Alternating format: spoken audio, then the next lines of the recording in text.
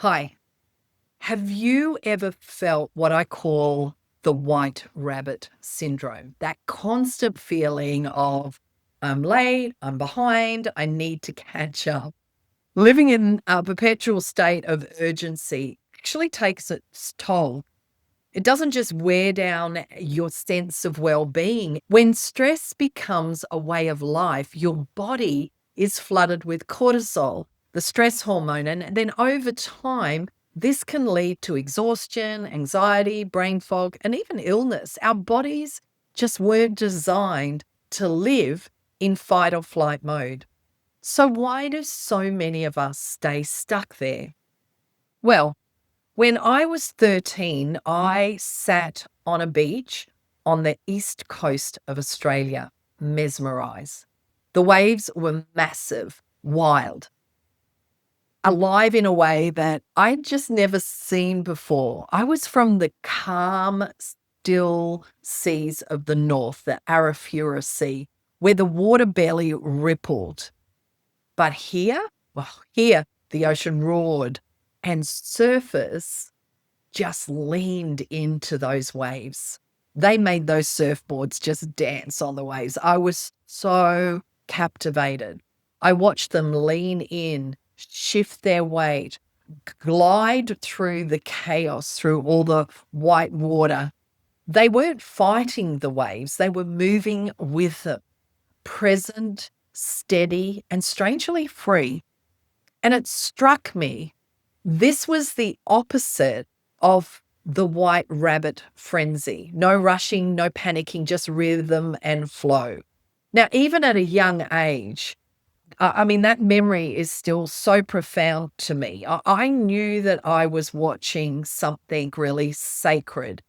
Years later, it became a picture of how I want to live, not resisting what life throws, not trying to flatten the waves, but learning how to ride them with grace. And that's why I do what I do today. My name is Tracy. I'm a qualified counselor, coach, and recovering control freak.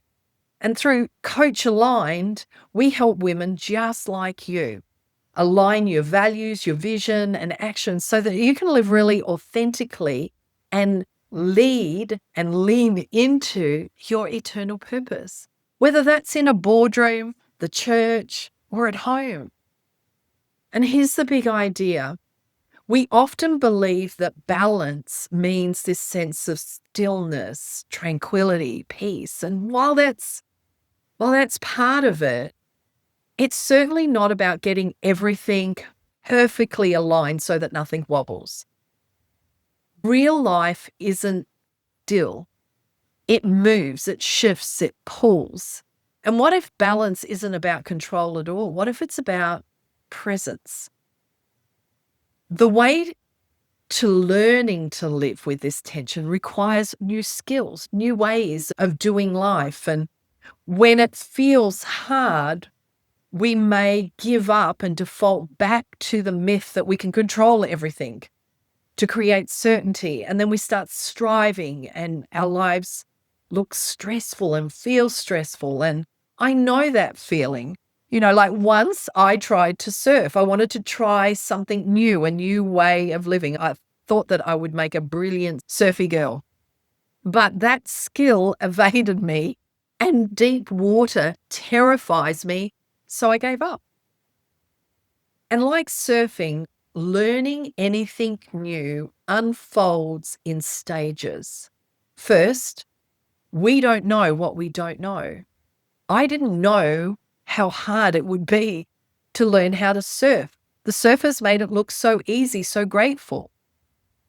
And then we become aware of what we lack, like muscles, being able to swim, get that board out past those big waves. And then we practice until we know what we know. And we're very cognizant and aware of it. And then eventually, with time, those skills become second nature. Well, I gave up. I gave up when I became aware of what I didn't have, what I couldn't do, and how hard it would be. Surfers move from awkward paddling to this intuitive flow. And it's the same in life. Finding balance isn't about perfection. It's about shifting our weight and building skills over time, gradually learning how to ride the waves with more ease.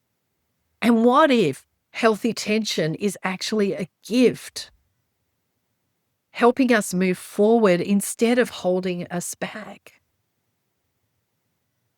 Harvard Business Review recently highlighted that high-performing leaders who embrace creative tension, the pull between competing demands, build better resistance and decision-making. Why?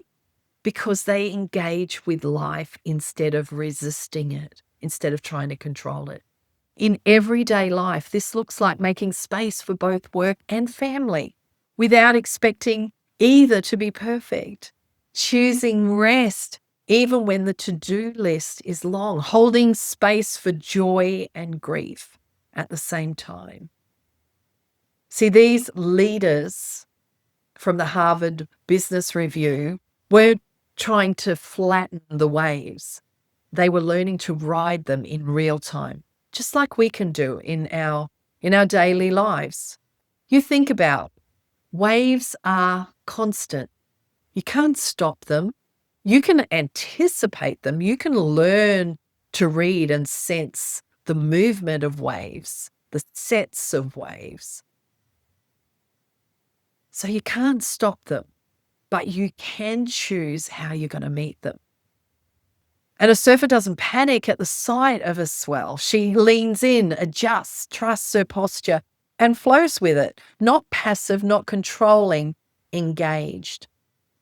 In everyday life, this looks like adjusting your expectations when your child melts down instead of snapping back, pausing to breathe before replying to a tense email, or maybe shifting priorities when a friend needs you even though your schedule is full. Shifting, knowing what's important to you, and then moving your weight accordingly. Each choice is a way of leaning in or leaning out rather than fighting what's happening. This is the tension that we are all invited into, my friends, where we respond rather than react, where we live awake to what matters and move forward without forcing everything to feel in place. In a stormy sea, what looks like chaos is actually the momentum that we need. What if the tension you've been avoiding is actually divine momentum waiting to carry you? So again, an invitation to pause. Grab your journal, set up your little voice memo, take a moment and just breathe.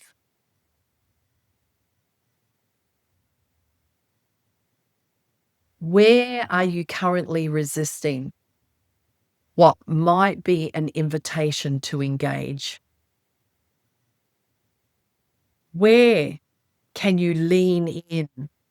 And where might you need to lean out? And lastly, what would it look like to stop fighting the waves and start finding your rhythm? So here's my invitation to you. Please download the Wheel of Life reflection tool and revisit the areas that feel wobbly right now. Identify them. Could it be that it doesn't need to be fixed? It just needs to be felt and engaged with differently. Let me know your thoughts. DM me or leave a comment below. I'd love to hear how this lands for you. Your story really matters to me, and sharing it might just encourage someone else who feels a bit caught up in the big waves. Follow us on socials and don't forget to subscribe to Coach Aligned YouTube channel for more soul-aligned strategies and stories like this. Coming up next in episode 3, we'll walk through the wheel of life together, an honest inventory of where your energy is going and what it's costing you. Till next time, it's bye for now.